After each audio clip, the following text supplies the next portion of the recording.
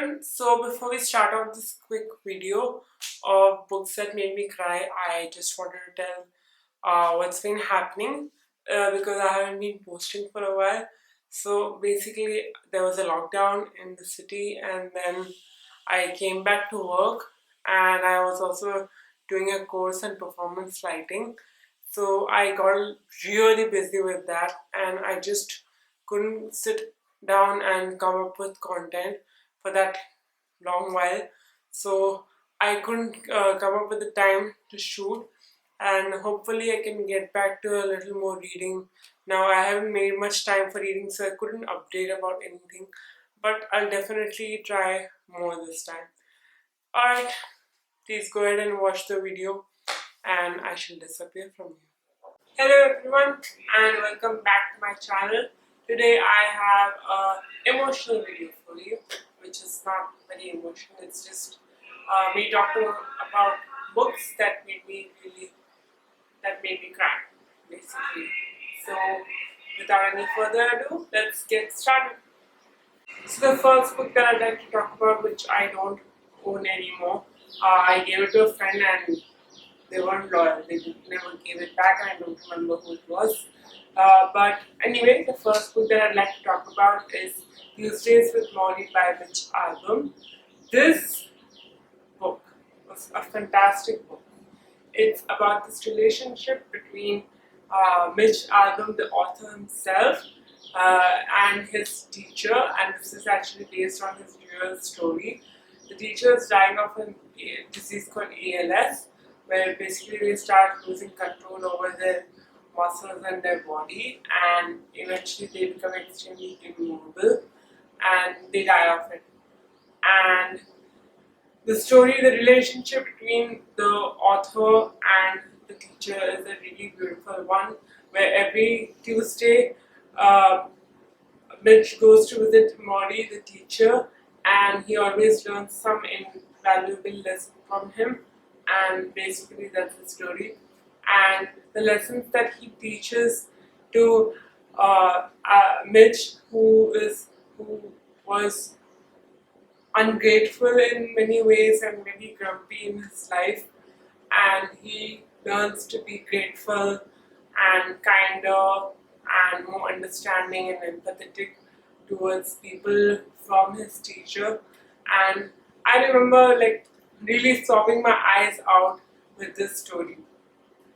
So that's my story, my emotional story with this book, and I would highly recommend it to everyone who wants to cry and feel emotionally wise. So the second book that I'd like to talk about is Salt to the Sea by Separatists. This is a historical fiction set during the Second World War, and it's basically about four characters in the story during the time of Poland being invaded by Russia and in war with Germany. And it follows four different characters, and their secrets and pasts are revealed, and those are basically the most heart-wrenching moments in the story. And I highly recommend this book. I actually reread it this year, and I absolutely fell in love with it all over again. And I hope to read many more historical fiction like these, which really grip you with emotion and heartbreak and a lot of historical facts. Most of the story is basically the story is real, but the characters are fictional, or are they? So this book, I remember the secrets that are revealed are so haunting, and the how should I say it? The characters that go through so much pain and terror and torture is so well captured, and that's why this book made me cry in so many places. I was really torn by the end of this book, and I highly recommend this book to everyone who wants to read such heartrending and depressing, but at the same time, very great, impactful literature. So, the next book that I'd like to talk about is Out of My Mind by Sharon M. Draper. This book is also readable by children, and I would highly recommend it to them if they want to develop more empathy for their schoolmates, because it's about this girl called Melody who has a photographic memory and she suffers from cerebral palsy. It's a disease where you cannot uh, move any part of your body much, and it even limits talking. And Melody is a very, very bright and wonderful girl, and she suffers from convincing people that she's actually really smart and loves to do her work very well in school. And that's basically mostly what the entire story is about. It's Melody having this problem but overcoming it with her intelligence, and it teaches you to be compassionate and empathetic towards people like Melody. And I like that it has a representation, and I remember it making me extremely emotional, but also at the same time a very feel good mood coming on, and that's why I recommend this book very highly. So the next book that I'd like to talk about is The Hate You Give by Angie Thomas. This book is one of the most amazing books that I've ever read, and I highly recommend this to everybody else too, especially those who want to learn about racism and brutality against black people, especially by the police in America. And this book basically follows Star Carter. She is in a all-white school because she is privileged enough to go there, and she has a best friend called Khalil that she meets after a long time. But when they're returning back from a party, Khalil gets shot by the police just because he's reaching for a hairbrush. And that's where Star's life turns around, because she witnesses her best friend, who is black, also getting shot by a white cop, and how the white cop actually gets away with it just with a few days suspension. And Star is asked whether she would like to speak up on this, and first she's really scared, but eventually she meets the correct people. With the support of the correct people, she speaks up, their protests and everything. So this book had a good impact on me. It really made me realize about my privilege as a brown girl in India, where not many things like this happen against people like me. But it made me want to empathize with black and actually fight for her, which is something that a book should teach you really well. And this book encompasses all that justice. And if you'd like to watch the movie, please go ahead and watch the movie. I think it's really well cast and it's really well executed. And I would really highly recommend you to watch the movie as well as read the book. Both are really good, and that's about it with this book. So I don't remember the plot much about this next book, which is Where Do You Go, Bernadette by Maria Semple, sorry, there's no M in it. But I'll actually just read you the synopsis because it's easier to understand like that. Like I said, because I don't remember the plot much, but I remember that Bernadette is this homemaker and a mother, and she suffers from depression and anxiety, especially because of the other women who are mothers of her children's classmates, and they're kind of evil in a way, and there's a lot of sexism amongst them and a lot of problems amongst the women, and she just happens to be suffering from it a lot, so she just one day up and disappears. but I'll still read you the synopsis out of it. Bernadette Fox is notorious. The LD branch, a Microsoft wonderkind. She is his talented, volatile double wife. To fellow mothers at the school gate, she is a menace. To design experts, she is a legendary architect. But to 15-year-old B, she is quite simply mom. Then Bernadette disappears and B search for her mother, reveals an extraordinary woman trying to find her place in an absurd world. So that's basically. I just remember enjoying this a lot. It had funny moments, it had sad moments, and it just had very profound moments. And I really like the cover too. I think that it's really animated, and I like animated covers, I think, a lot. So that's about this book, and I should be moving on to the other books. So the next book that I'd like to talk about is The Inexplicable Logic of My Life by Benjamin Elias. This author is actually a really magical author, and it has made a big impact in my life, especially in the field of literature.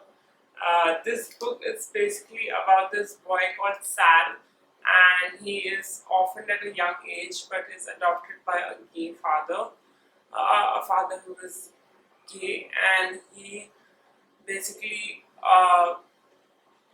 grows up trying to find his identity as a son of a gay person and generally of his own origins. Is he Mexican, or why did his mother leave him? And he has these relationships with his friends, who is let me find out what's her friend. Sam.